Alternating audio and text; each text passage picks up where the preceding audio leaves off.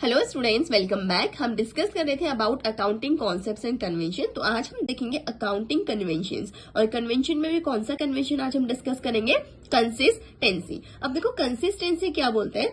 According to this convention accounting practices should remain unchanged from one period to another. तो ये जो consistency आपका convention है ये बोलता है कि जो आपके अकाउंटिंग प्रैक्टिसेस है वो अनचेंज रहनी चाहिए। मीन्स आप जो पहले साल में फॉलो करें वही आपको अगले साल में भी फॉलो करनी चाहिए। अभी क्या है आपको समझ में नहीं आया होगा, चलो एक एग्जांपल की हेल्प से आपको समझाती हूँ।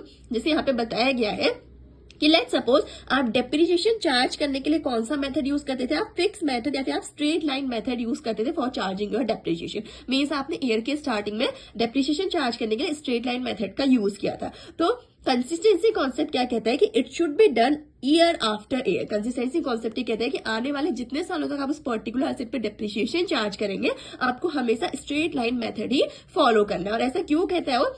ऐसा बोला जाता है कि it is necessary for comparison. Means अगर आप एक ही जैसे मेथड, एक ही जैसे डेप्रिसिएशन चार्ज करने का एक ही मेथड यूज करें तो उससे आपके लिए ना कंपैरिजन करना ईयर्स में, मतलब पहले साल से दूसरे साल में किसी भी चीज को का कंपैरिजन करना बहुत ईजी हो जाता है। ये क्या बोलता है आपका कंसिस्टेंसी कॉन्सेप्ट कि आपको क्या करना चाहिए? कोई भी आप अकाउंटिंग प्रैक्टिसेस यूज कर रहे हैं तो it should remain unchange from one period to another. इतना सबको समझ में आया? ओके।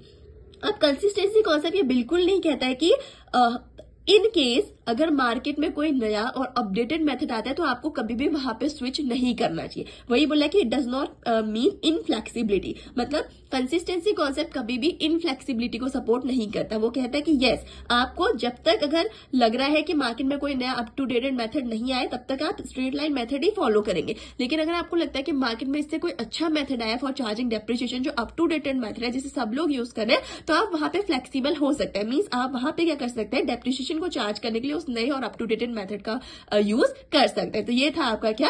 Consistency convention.